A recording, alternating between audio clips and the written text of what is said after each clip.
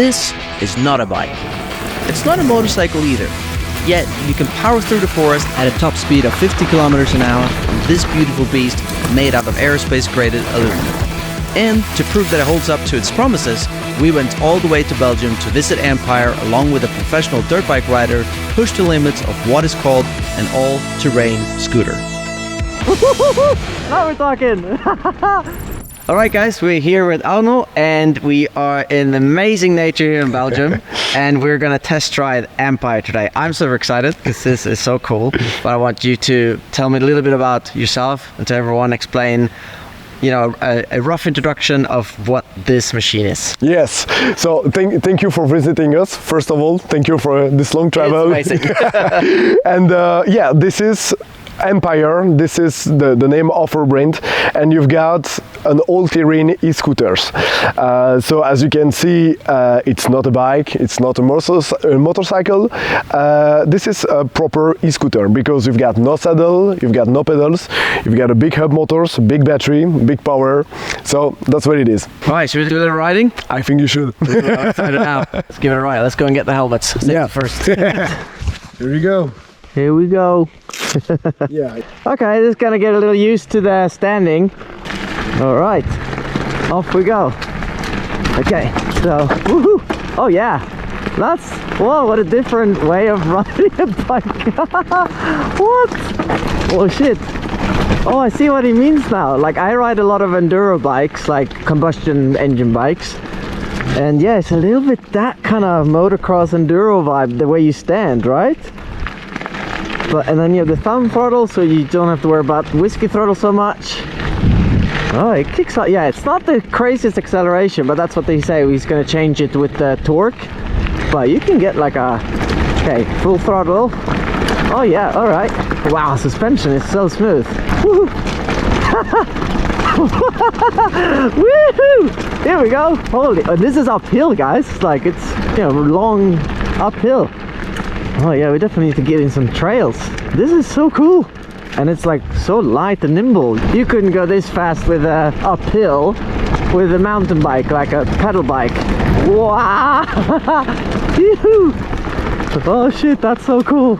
They are going to upgrade and have twice as much torque and put most of the torque towards acceleration to get more kick out of it, and then a little bit at the top speed, which is cool. But wow, this is so weird. In a good way. I must say, the plates where you put your feet, super grippy. So obviously with pedals, I've used my van shoes sometimes and they just get a little slippery. You have to have really expensive pedals to get it grippy, but this just feels super safe and super comfortable. Oh, here we go. All right, let's go. Woohoo! That's a nice feeling. Like, woo. So nice. Ready? I need to take this on a trail now. Yeah, with some obstacles. Really? You love it? Yeah, and like how you stand, it's a bit getting used to. Yeah, yeah. Because your brain is like, it's half a bike, half a scooter, half a whatever, you know.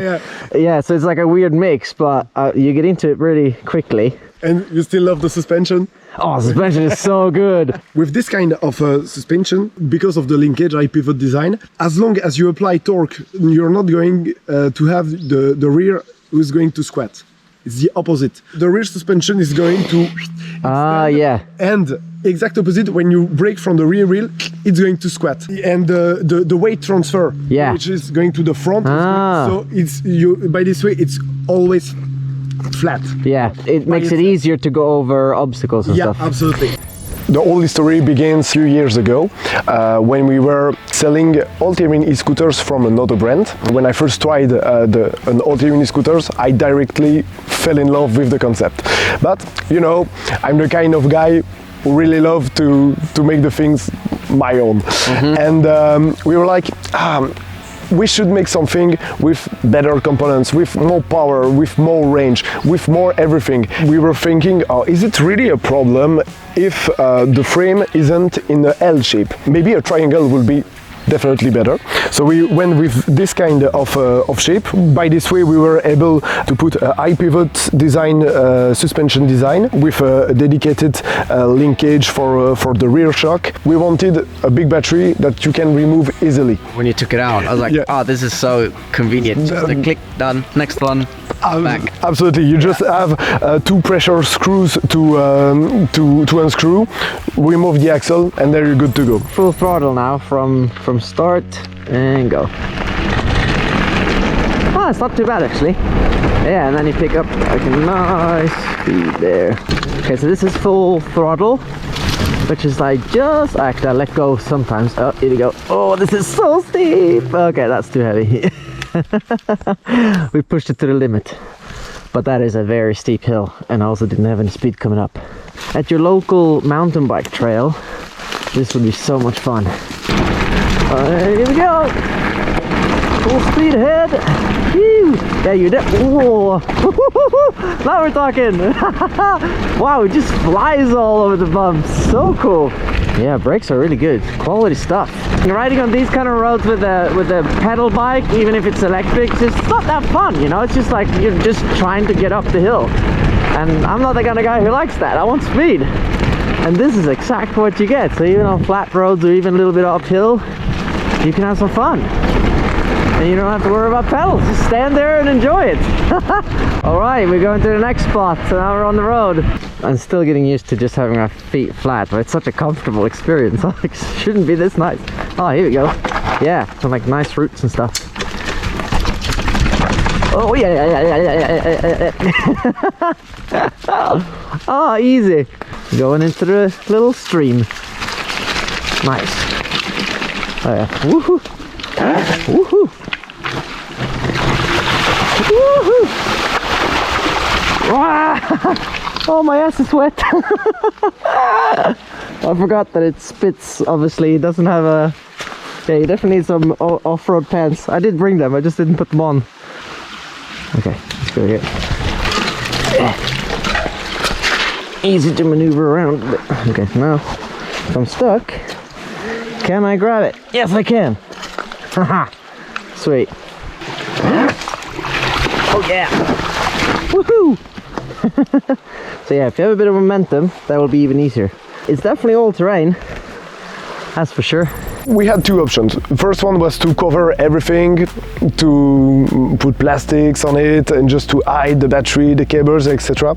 And we was like, no, I love beautiful pieces, I love beautiful engineering, so you know what, let's show everything. But if you do that, yeah, you have to be sure that everything looks beautiful. Personally, I love it, yeah. So that's perfect. But like you're saying, you have to do it right.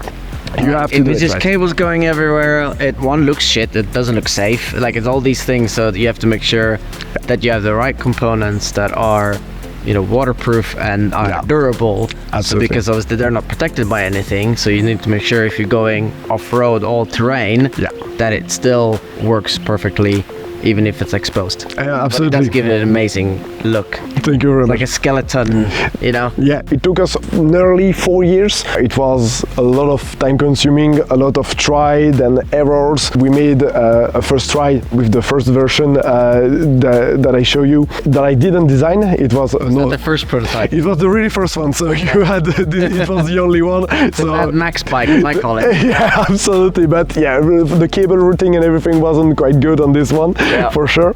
And yeah, I decided to design it by myself. It was it was such a long journey until we've got this product here. Yeah, it was. This is why I started to have white hairs, I think. Oh, this is cool. This is what I want. Obstacles. Oh yeah. Oh, here we go. Oh wow, it is so easy. Like, I don't know how it works, like in an engineer way, but this feels so much easier than a mountain bike to get over these things.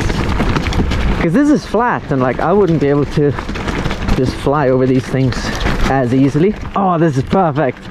This is what I mean.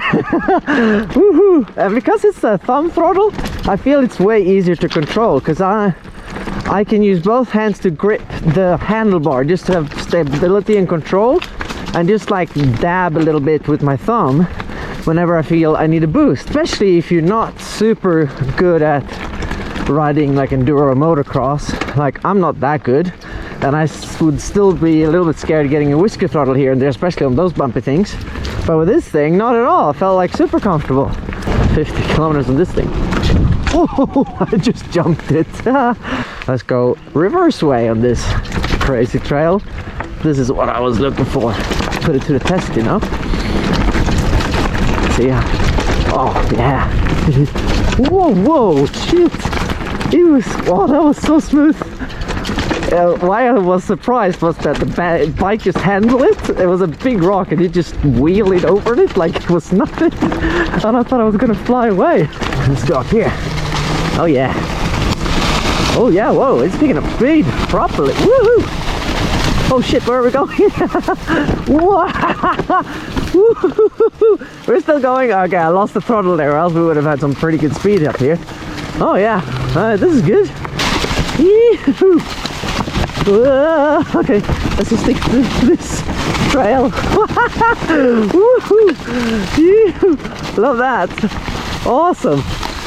I don't even see what's coming. Oh, whoa! Wow, it's so stable. Oh, I'm just going over like crazy rocks. Felt like I was gonna fall, but it just takes care of it. Nice. Actually, if you have to compare the experience, you don't have to compare it with mountain bike or motorcycle. It's more like skiing, actually, because you are on your feet. You use a lot your feet to shift the balance. Absolutely, yeah. Because there is no saddle, because you are up on your feet. When you ride in the forest, when you are in nature, the fact of being up on your feet with open arms, just that, the feeling is different. Yeah. You're not like pedaling things that you're just open to the world. The feeling of the speed, the feeling of the acceleration, everything is different. But if you use it for what it's made for, so going fast in off-road conditions, you never feel the need to have a seat. And that's what I was saying, like even riding mountain bikes or electric mountain bikes, I never sit. Yeah. Because, well, you're in the action, you're going over things, and even if you do pedal a little bit, you do it, you know, a little bit to bigger speed, and then you're ready for all the obstacles and off-road. I always put the saddle down. The only one that's up is like when I'm, you know, biking to the cafe or whatever. Yeah. And that's what I felt the same way. It was like, well, why would I want to sit? And you're saying if you stand up, you have a much more immersive experience with nature and your environment. Okay, so I see that you have a hub motor. Yeah. Can you tell us a little bit about that choice versus having a motor like in the middle on a chain and everything? We talked about having a mid-drive with a belt and everything, but the thing is we've got no saddle. We don't have that much room inside to put a motor if we want to keep that kind of linkage and etc. And yeah, the hub motor's got a lot of benefits. You've got no chain, you've got no belt, you've got no wear. Yeah, there's a lot of things. Less parts you have to worry about. Yeah, and even more, as always, less is more.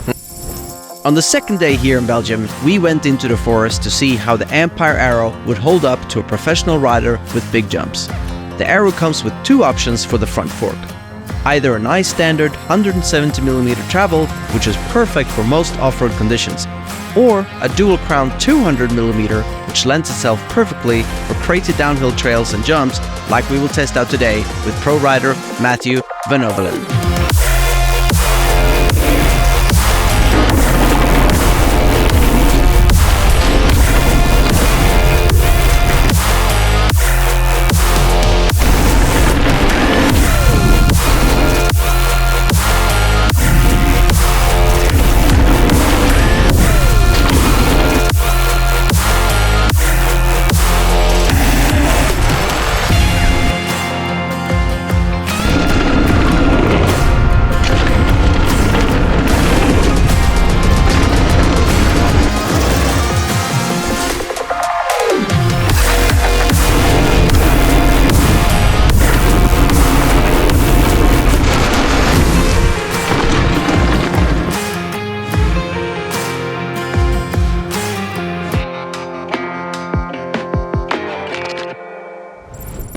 Thank you guys for joining us here in beautiful Belgium and testing out the AMPYRE. If you want to see more awesome electric vehicle videos, then make sure to subscribe. And until next time, stay awesome.